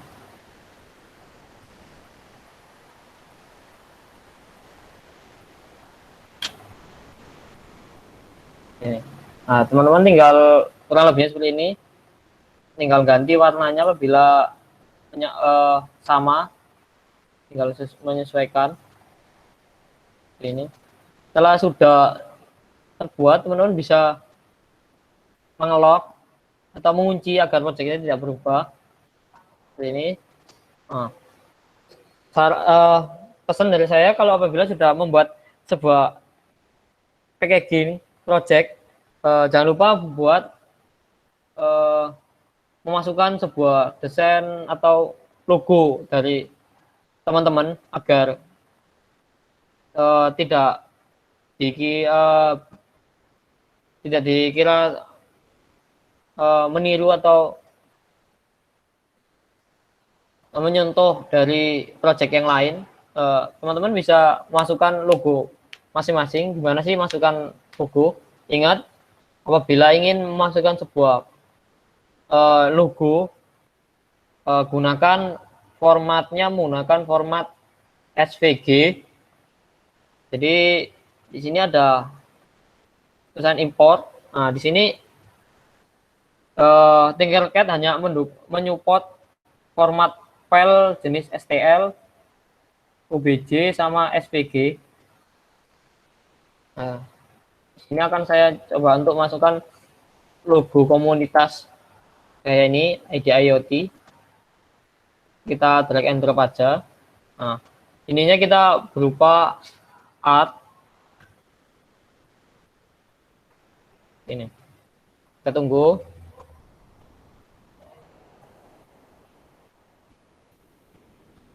Nah, ini. Ini sudah keluar logonya. Caranya kita kecilin. Jangan lupa untuk mengecilkan sebuah objek menggunakan kontrol agar enggak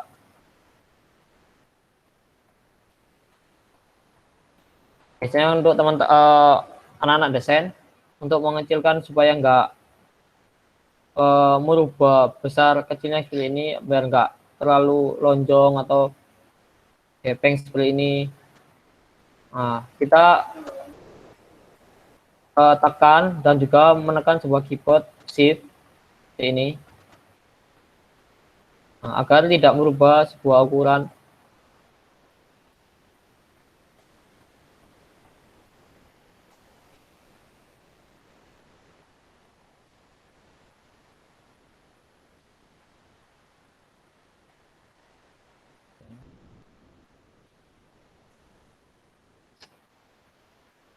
Tarik sini. Untuk logo, teman-teman bisa menyesuaikan ukuran.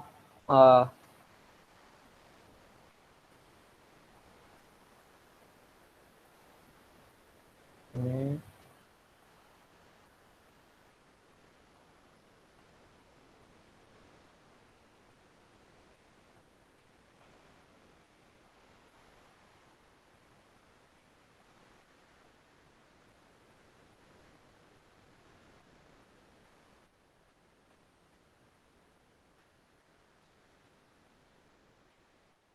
Kita bisa lihat permukaannya.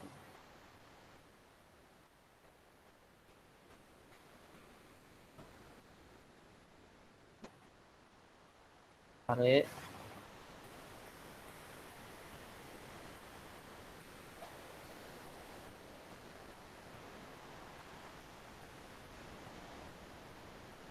Supaya jadi sebuah animasi 3 dimensi seperti ini. Kita gabungin di sini.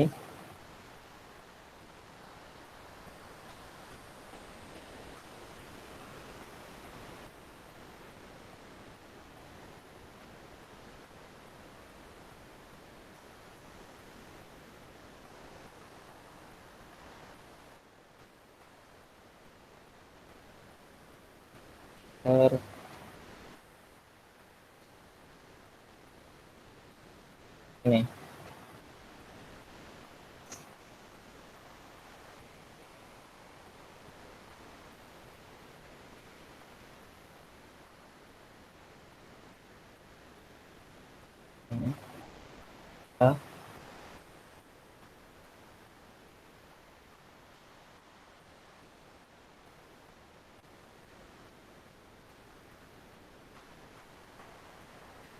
Saran dari saya, ya apabila memasukkan sebuah logo agar jangan untuk digabungin. Mengapa? Biasanya kalau digabungin itu dia itu menyatu sama desain dari permukaan yang ini, permukaan yang kita buat.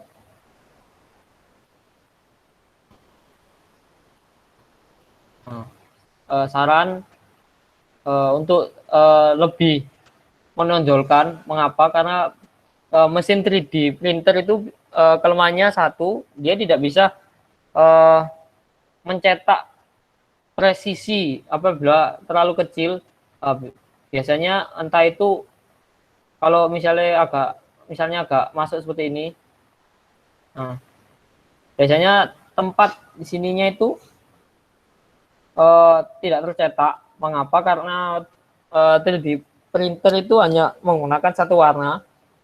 Nggak mungkin 3D printer menyesuaikan warna, misalnya ininya merah, terus ininya putih, terus ininya ganti warna. Enggak. 3D printer itu hanya satu warna. Jadi mengapa untuk teman-teman tuh agak sedikit untuk menonjolkan logo yang sudah dibuat, karena supaya bisa dicetak oleh mesin 3D printer seperti ini. Jadi alat logo dari teman-teman bisa tercetak oleh mesin 3D. Nah, setelah apabila sudah selesai seperti ini untuk logo desain jadi dari project teman-teman. Jangan lupa kita kunci dan juga kita untuk supaya tidak berpindah. Sebelum dicetak, mesin 3D akan membuat format masing-masing, hanya mendukung format tertentu. Setelah ini sudah jadi, teman-teman tinggal mengekspor. Nah, ini file. Kita menggunakan file apa? Biasanya sih untuk yang dicetak menggunakan ini file.stl. Nah, jadi inilah yang nanti kita akan cetak di mesin 3D printer dengan format STL. Sudah cukup sekian sih dari saya. Apabila ada pertanyaan silakan saya kembalikan ke moderator Mbak Lisa. Terima kasih Kak Hakim sudah memberikan ilmunya. Kemudian kalau ada yang ingin ditanyakan bisa langsung ketik di room chat atau mengaktifkan mikrofonnya ya. Silakan yang mau bertanya.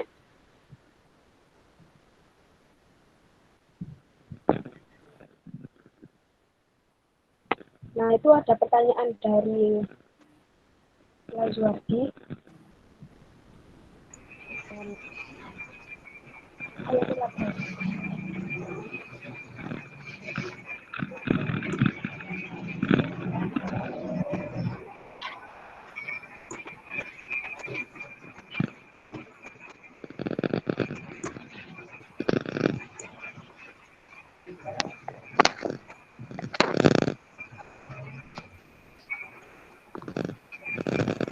Pertanyaan dari Lazuardi, bagaimana keamanan IoT dalam hal rentan?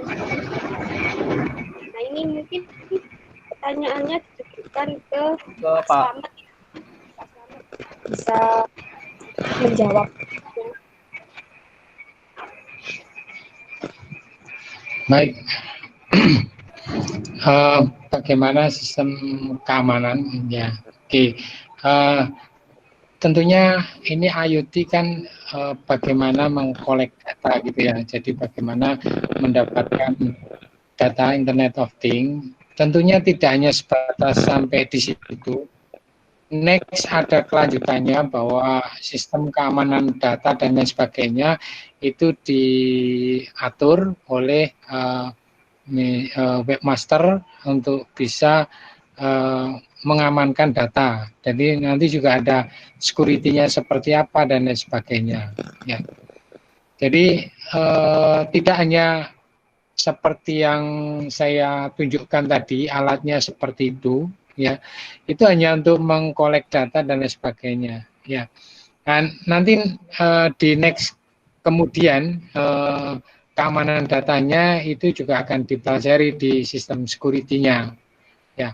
Nah itu mungkin lebih ke nanti ke jaringan dan lain sebagainya itu lebih paham Pak Beni mungkin ya. Kalau mungkin saya lebih ke hardware-nya, bagaimana mengoleksi datanya itu menggunakan sensor-sensor, kemudian diolah oleh mikro, ya, kemudian dikirimkan ke server gitu, ya. Itu mungkin yang sebatas saya sampaikan atau saya berikan kepada mahasiswa. Untuk keamanan datanya mungkin lebih detailnya ada di keamanan jaringan, ya. Saya yakin bahwa kalau kita sudah sistem IoT ini, maka keamanan data itu juga harus kita jaga, ya. Seperti misalkan contoh-contoh program bank itu, sebuah bank membuat sebuah program itu tidak langsung setelah selesai langsung di launching, ya, tetapi dia mengundang para hacker-hacker dan lain sebagainya untuk menguji sistemnya, ya. Nah, kalau sistemnya sudah betul-betul bagus baru dia launching, ya. Kira-kira seperti itulah. Jadi kalau detailnya bagaimana mengamankan data dan lain sebagainya bukan ranah saya gitu. Jadi saya tidak mendalami sampai sedalam itu. Oke, gitu. Kira-kira seperti itu. Selanjutnya ini Pak, ada pertanyaan juga dari Mustafa Kamal Rabani. Untuk protokol IoT sendiri, penerapan ke server yang besar seperti Smart City lebih baik menggunakan protokol HTTP atau MQTT, dan kelebihan serta kekurangan dari protokol.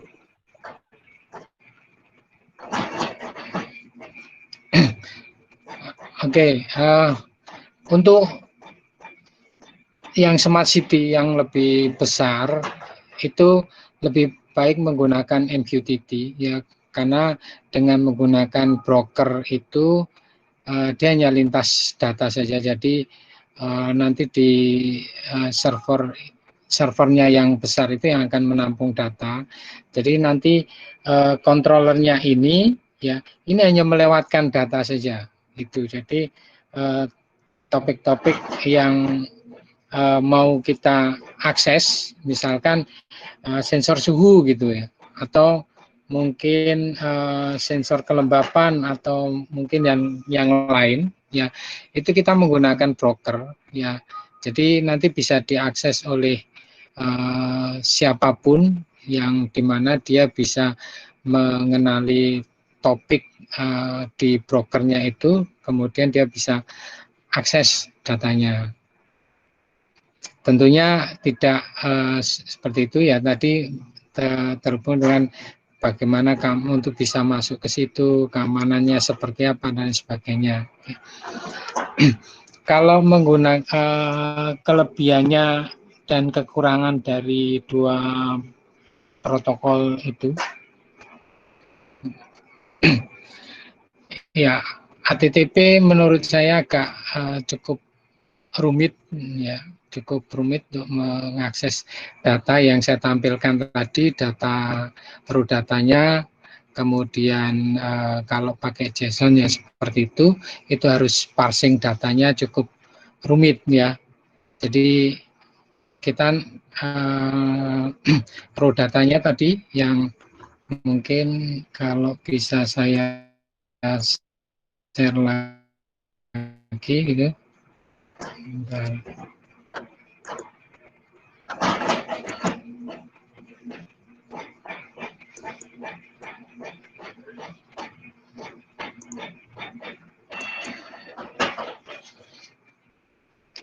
Ya, jadi kalau dengan HTTP itu kan kita harus memisahkan data-data yang harus kita ambil seperti apa. Tapi kalau dengan MQTT itu tinggal kita akses topiknya yang mana, maka nanti kita akan mendapatkan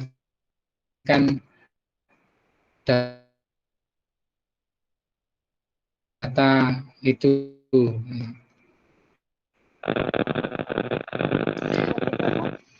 Ya mungkin ilmu yang baru tentunya, di mana sebelumnya saya juga tidak pernah belajar tentang jaringan. Halo, IoT ini, maka saya juga harus belajar lebih banyak lagi tentang jaring pada ke otomasi hardware. Nah, sekarang dengan IoT ini maka saya juga harus mempelajari. Mungkin jawaban saya juga mungkin belum bisa memuaskan, karena saya juga di dalam hal jaringan masih juga perlu belajar banyak ya. Jadi protokol-protokol HTTP, MQTT itu seperti apa. Tapi kalau yang saya pelajari selama ini itu HTTP itu lebih ruwet dibandingkan MQTT ya, karena itu tadi harus memisahkan data satu persatu yang cukup panjang, harus memilih datanya dari yang raw data itu yang mana yang mau kita ambil ya. Nah, itu memerlukan program yang cukup panjang. Nah, kalau MQTT kita tinggal ngambil topiknya apa ya. Jadi kalau sensor suhu nanti kita bisa buat topik suhu, kelembapan kita bisa ambil topik kelembapan. Nah, nanti next kita bisa ambil seperti itu. Itu mungkin kelebihan dan kekurangan dari protokol HTTP dan MQTT. Mungkin lebih jelasnya dan lebih detailnya nanti bisa dikonsultasikan dengan yang mengajar jaringan. Oke.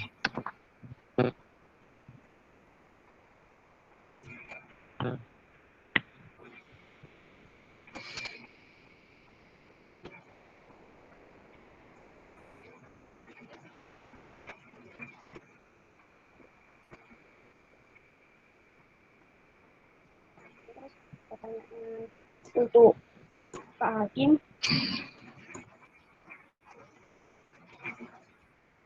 Printer itu apa, dan kalau beli mahal apa tidak?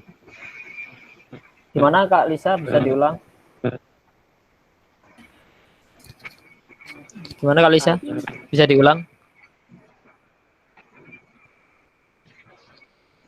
Ada pertanyaan dari Terputus Kak Lisa. Novel Pradana. Ya. Ada pertanyaan dari Novel Pradana, 3D printer itu apa, dan kalau beli mahal apa tidak?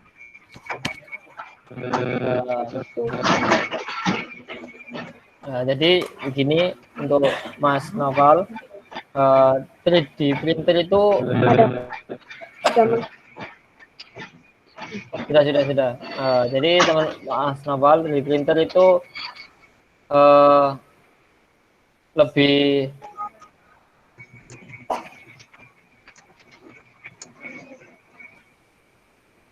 yaitu 3D printer itu gini Mas Novel, merupakan satu bagian aditif manufaktur. Jadi kalau 3D printer sendiri, atau bedakan 3D printer sama mesin 3D printer. Jadi 3D printernya itu yaitu sebuah bagian aditif, sebuah manufaktur. Kalau mesin 3D printer itu untuk mencetak sebuah desain 3 dimensi yang sudah didesain. Untuk harganya sendiri itu lumayan mahal, minimal sekitar 6 juta, itu yang paling murah setahu saya.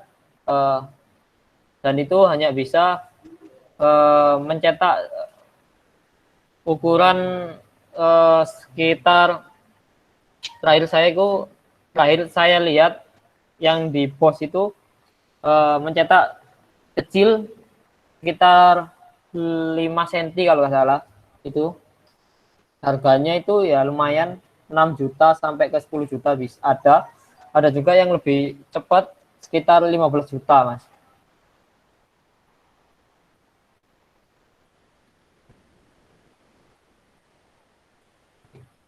Itu Kalisa, udah Kalisa? Ada pertanyaan lagi Kalisa?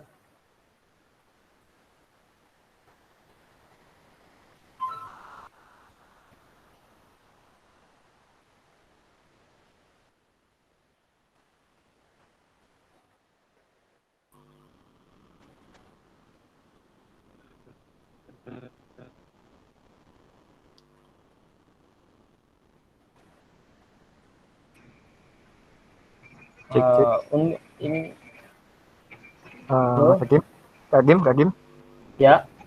Ya. Kalisa ada gangguan, jadi biar saya bantu saja. Ini ada pertanyaan dari IoT Laboratory.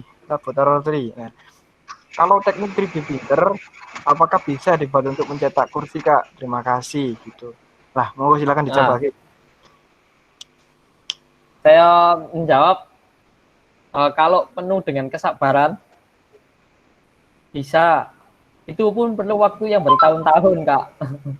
Karena di sini 3D printer aja untuk mendesain sebuah proyek sekecil itu butuh waktu sangat lama.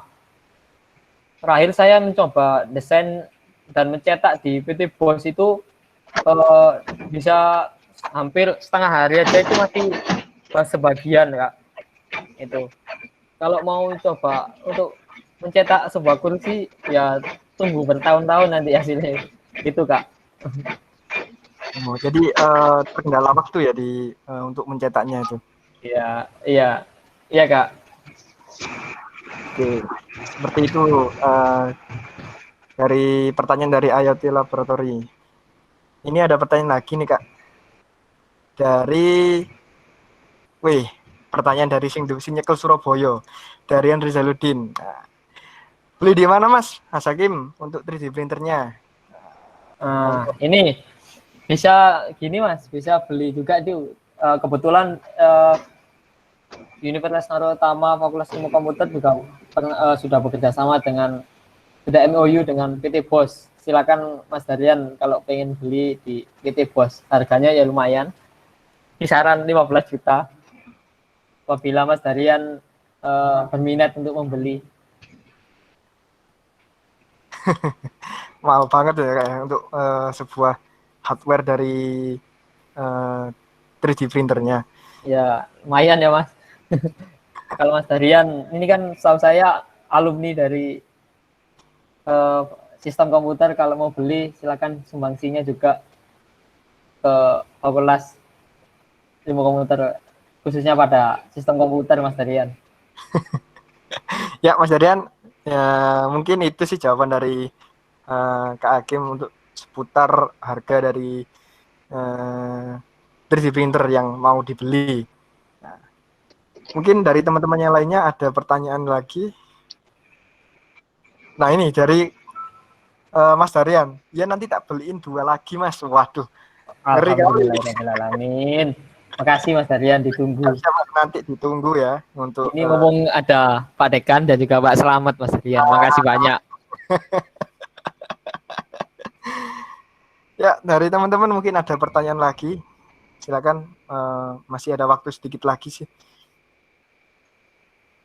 Mungkin tanya-tanya soal IoT lebih dalam lagi ataupun soal 3D printer. Mas Irfan dari Mas Mustafa Kamal itu kayaknya. Sebentar, oke. Sudah ini. Sudah ini, Kak.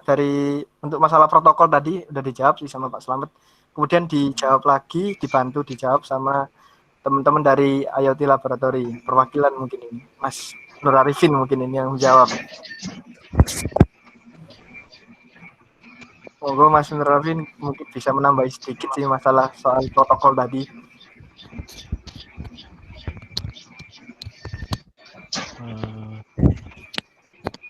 Untuk mohon maaf Kak, untuk pertanyaannya bisa diulang. Oke, saya ulang ya. Untuk protokol IoT sendiri itu menerapkan ke sektor yang besar seperti Smart City. Lebih baik menggunakan protokol HTTP ataupun MQTT. Dan kelebihan serta kekurangan dari dua protokol tersebut itu apa? Itu. Ya, terima kasih ya. Untuk penerapan dalam skala yang lebih besar, alangkah lebih baik menggunakan protokol MQTT karena dari protokolnya sendiri itu MQTT lebih kompatibel ya, maksudnya lebih ringan dalam segi pengiriman data.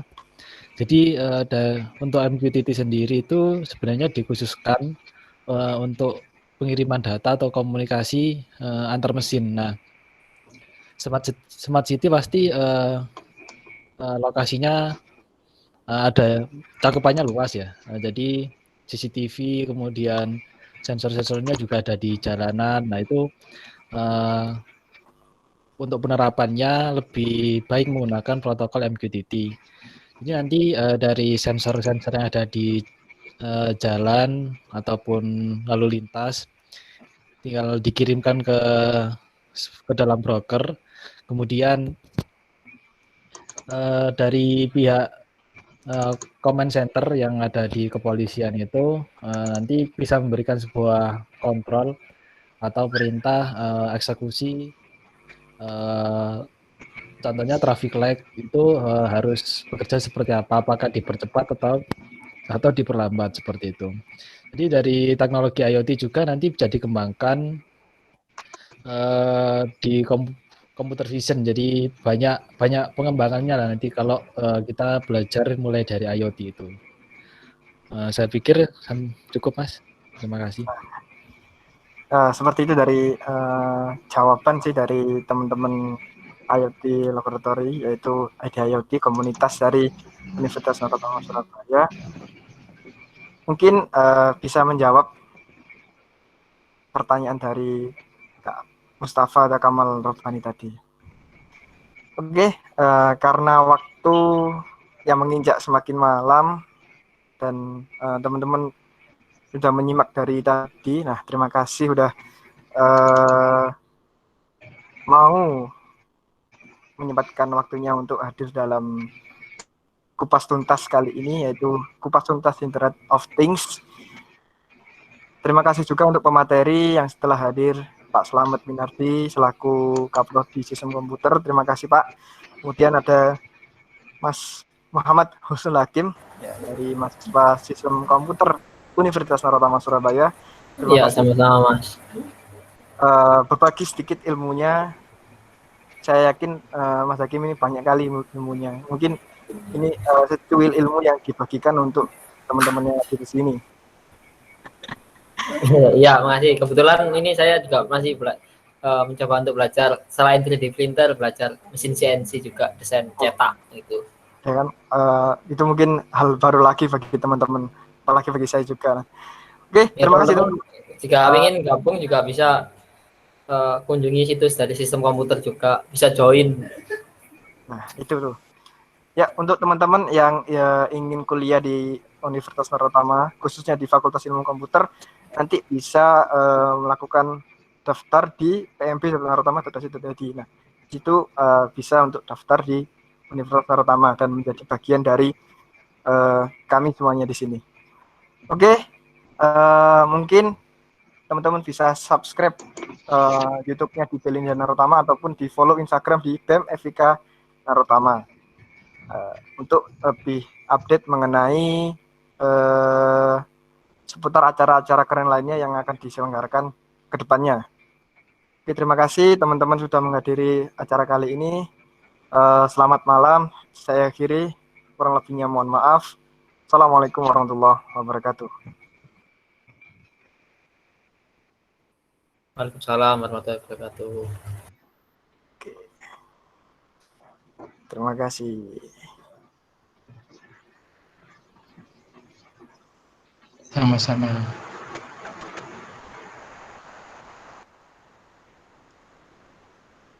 Assalamualaikum Mas Hakim. Kok udah selesai?